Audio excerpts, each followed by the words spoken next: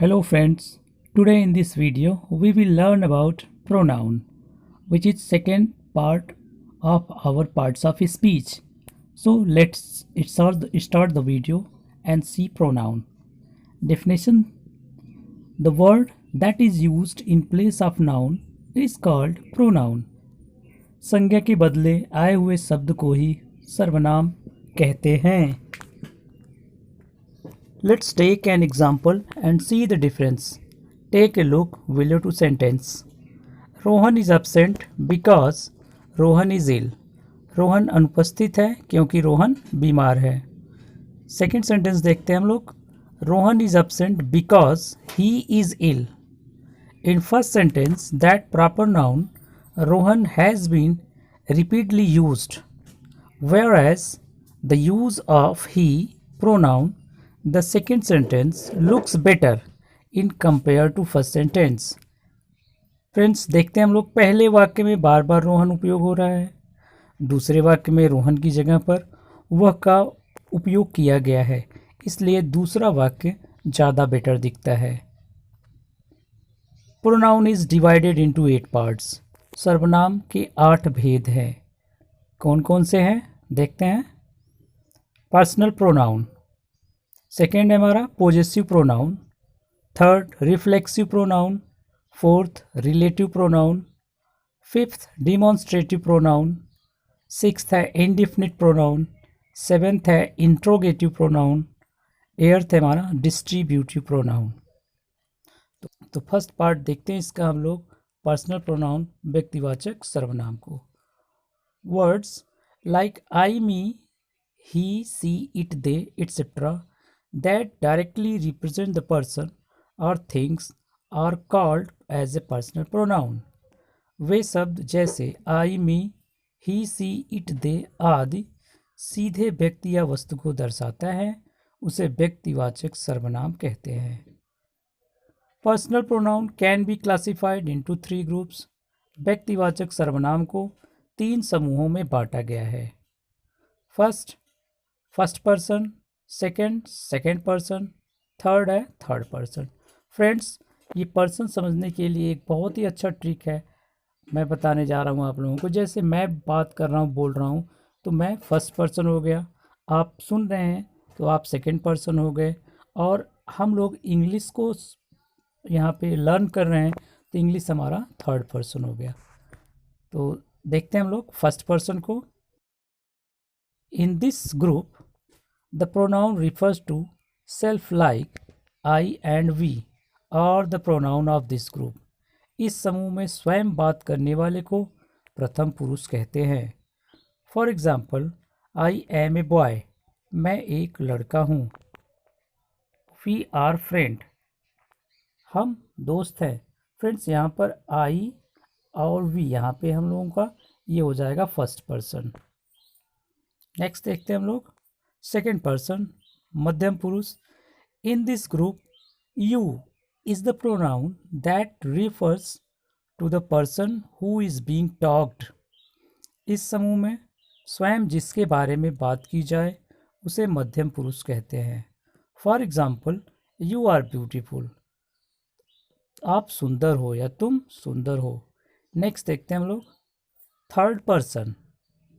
In this group are is used to refer the third person such as he, she, it, they, we are used. इस समूह में स्वयं जिसके बारे में चर्चा की जा रही है उसे अन्य पुरुष या थर्ड पर्सन कहते हैं. फॉर एग्जाम्पल वे बच्चे हैं, they are children. It is a book, यह एक किताब है. तो फ्रेंड्स यहाँ पे हम लोग देखते हैं वर्ड जो हमारा है ये दे एंड इट, ये हमारा थर्ड पर्सन हो गया. फ्रेंड्स नेक्स्ट देखते हैं हम लोग. पोजेसिव प्रोनाउन, अधिकार बोधक सर्वनाम. The pronoun which shows the position और ownership is called possessive pronoun. Friends इस प्रकार के सर्वनाम में अधिकार का बोध होता है, जैसे my, mine, hers, yours, etc. For example, this is my house. यह मेरा घर है। दिस इज़ माई बुक, यह मेरी किताब है। थर्ड देखते हैं हम लोग रिफ्लेक्सिव प्रोनाउन, निजवाचक सर्वनाम। A reflexive pronoun is the action perform by the subject is on the subject itself. वे सर्वनाम जिसमें निजत्व का बोध हो, अर्थात अपने का, स्वयं अपने का बोध हो और आधिपत्य का एहसास कराता हो, उसे निजवाचक सर्वनाम कहते हैं। For example your self, my self. Friends, reflexive pronoun है, उसकी सबसे बड़ी पहचान यह है कि इसमें शब्द के अंत में सेल्फ लगा रहता है। For example I will do it myself, मैं खुद करूँगा। You have hurt yourself, तुमने अपने आप को चोट पहुँचाई है। फ्रेंड्स, यहाँ पे हम लोग देखते हैं ये जो वर्ड लगा है इसमें, your self, my self, it is called reflexive pronoun. Next, relative pronoun. Relative pronoun are used to relate two classes which share a common word. कुछ ऐसे सर्वनाम जो संबंध का बोध कराता है, उसे संबंधवाचक सर्वनाम कहते हैं। For example that, who, which, etc. The man is standing there, एक वाक्य हो गया हमारा। सेकेंड वाक्य देखते हैं हम लोग, man is my brother. The man is standing there, that man is my brother.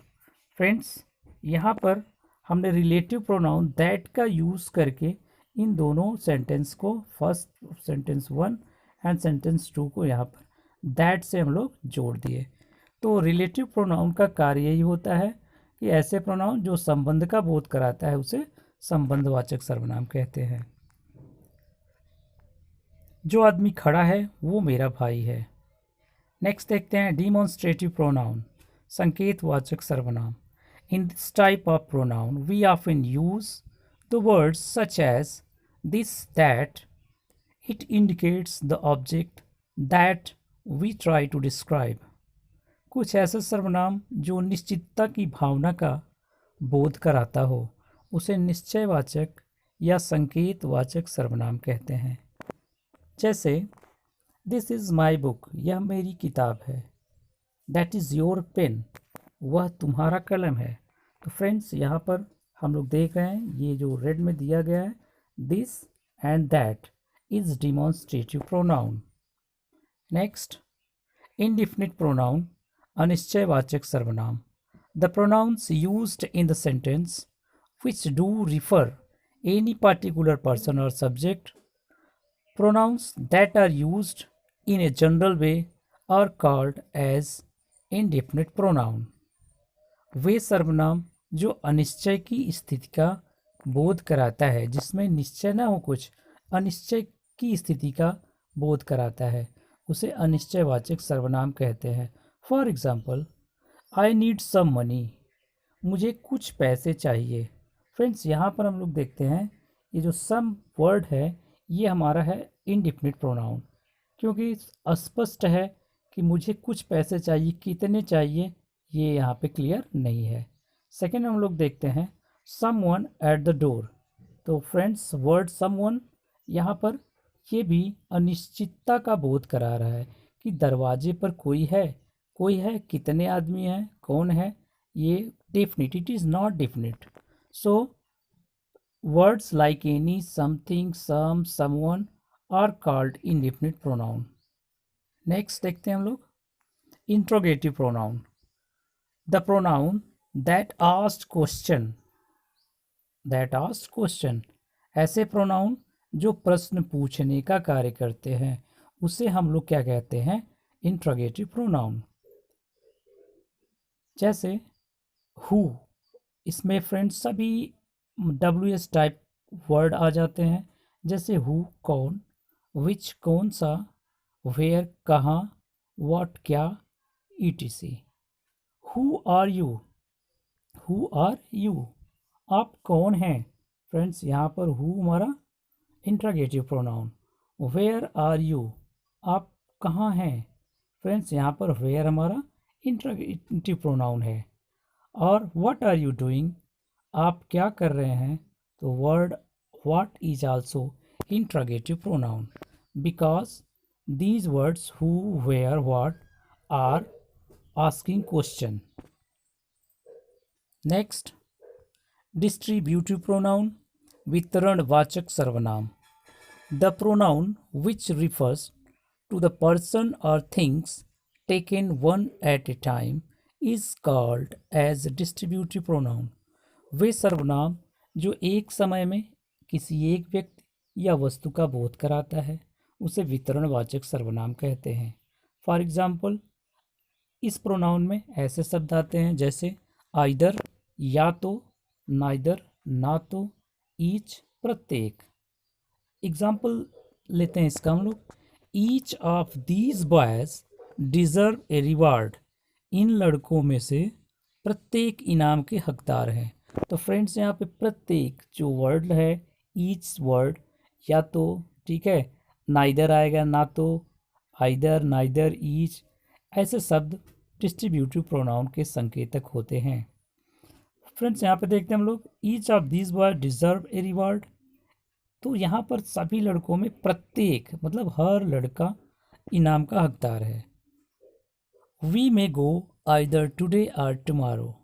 Friends, word either here used word either is also distributive pronoun, हम आज या कल जा सकते हैं। Friends, thank you very very much.